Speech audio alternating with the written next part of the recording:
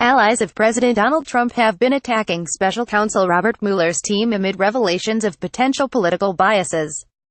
One veteran agent was removed from Mueller's team over the summer after the Justice Department learned of text messages that could be perceived as anti-Trump.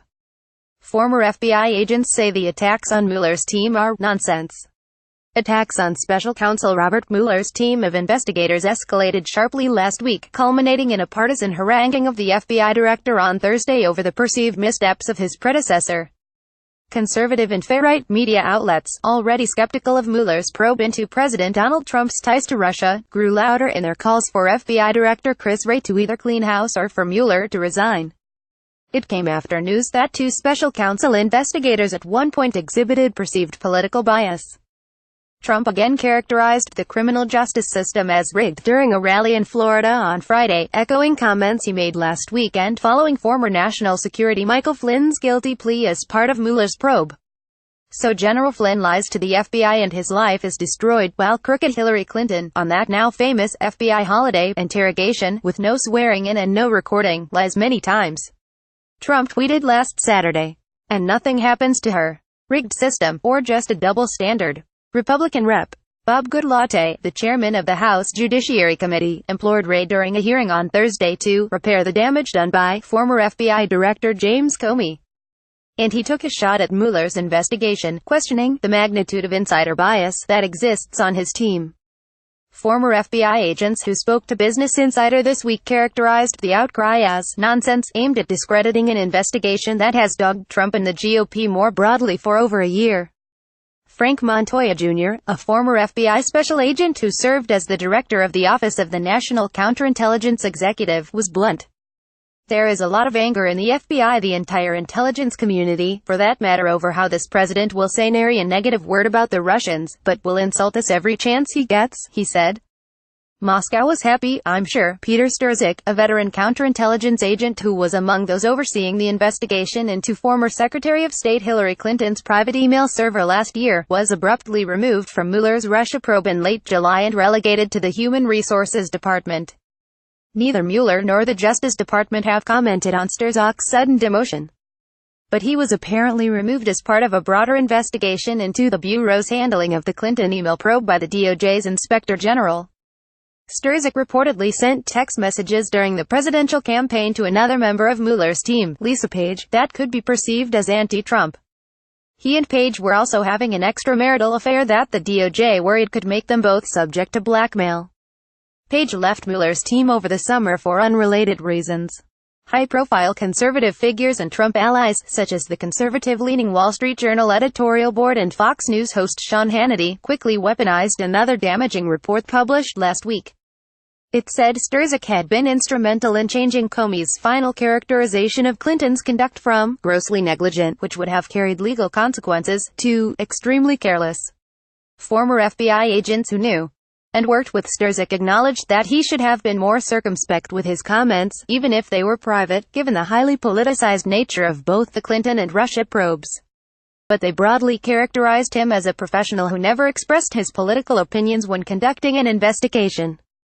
Montoya, who served in the Bureau for over 2 decades, called Strzok an exceptional agent and rising star, whose removal from Mueller's probe was a great loss to the investigation. Moscow was happy, I'm sure, when that happened, he said. There's a lot of partisan political white noise out there about Pete's supposed bias, Montoya said. It's all nonsense. I've known Pete for a long time. I didn't know what his political opinions were. Never asked. Never cared. That's the way it was for the vast majority of us. Another veteran FBI counterintelligence agent who knew Strzok but requested anonymity to discuss internal DOJ decisions called him an expert in counterintelligence work who rose to the level of deputy assistant director in the usual way by being a reliable, consistent, and capable member of the executive team. He didn't act alone. The nature of FBI investigations makes it impossible for one employee to exert outsized influence over others, former agents emphasized. There's been a lot of accusation lately in the public arena about how Pete's supposed biases may have affected outcome of the email investigation and predication for Russia investigation, Montoya said. More nonsense. Pete wasn't the only guy working on those cases, he added. His was one voice, albeit an important one, but there were other important voices in the mix, too. With regard to the email investigation, Montoya said, professional, experienced prosecutors and senior leadership above Pete in the FBI played the key roles in the final decision not to prosecute Clinton. Pete may have helped draft the public messaging at the conclusion of the case, but he didn't act alone. I participated in quite a few of these matters myself, and the planning process was always a group effort. Former FBI Unit Chief Mark Rossini, who spent 17 years at the Bureau, largely agreed. It would be literally impossible for one human being to have the power to change or manipulate evidence or intelligence according to their own political preferences, he said. FBI agents, like anyone else, are human beings. We are allowed to have our political beliefs. If anything, the overwhelming majority of agents are conservative Republicans, he added. Former FBI counterintelligence agent Asha Rangappa made a similar point in an interview earlier this week. The FBI investigators who are working on any given day will probably be mostly politically conservative, Rangappa said, drawing from her interactions with agents under President George W. Bush. That is one reason, she said, why Republicans should think carefully about the precedent they're setting in pointing to agents' political leanings as evidence of a tainted investigation. He was thrown to the wolves. Still, some agents said there is lingering resentment over Comey's handling of the Clinton email probe, not necessarily because of the conclusions he drew, but because of the process decisions he made at various points in the investigation that left the Bureau vulnerable to partisan attacks. The two that drew the biggest criticism last year, an unprecedented press conference in which he chastised Clinton for using a private server but ultimately cleared her of criminal wrongdoing, and a letter to Congress announcing that he was effectively reopening the case 11 days before the election. There was a perception among many agents that the Bureau was tending to become more politicized than it had been in the past, said former FBI Special Agent Mark Ruskin, author of The Pretender: My Life Undercover for the FBI. Some believed that Comey was allowing political wins to buffet the Bureau as a whole, he continued. And there was an ambiguity about which way it was even being politicized. In any case, Ruskin said, both sides of the aisle were getting the impression that the Bureau was not acting completely objectively, and the agents blamed it more on Comey because he seemed to waffle.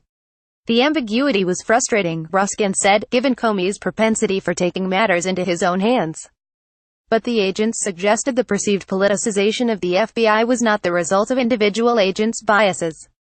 Incidentally, it came because of the former director's excessive attempts to avoid the appearance of partisanship. I think Comey did more damage than he realized or intended by how he handled things last year, said former FBI counterintelligence agent Scott Olson, but Director Wray has corrected that by now. Some still have questions, however, about why Sturzik was thrown to the wolves. I think Pete did what he was asked to do, and then he was thrown to the wolves, said the former counterintelligence agent who requested anonymity to discuss Sturzik. What I don't yet see is what Mueller is getting out of it. But there is a lot going on here that is still not known to the public. Cite highlights each day to your inbox. Follow Business Insider Australia on Facebook, Twitter, LinkedIn, and Instagram.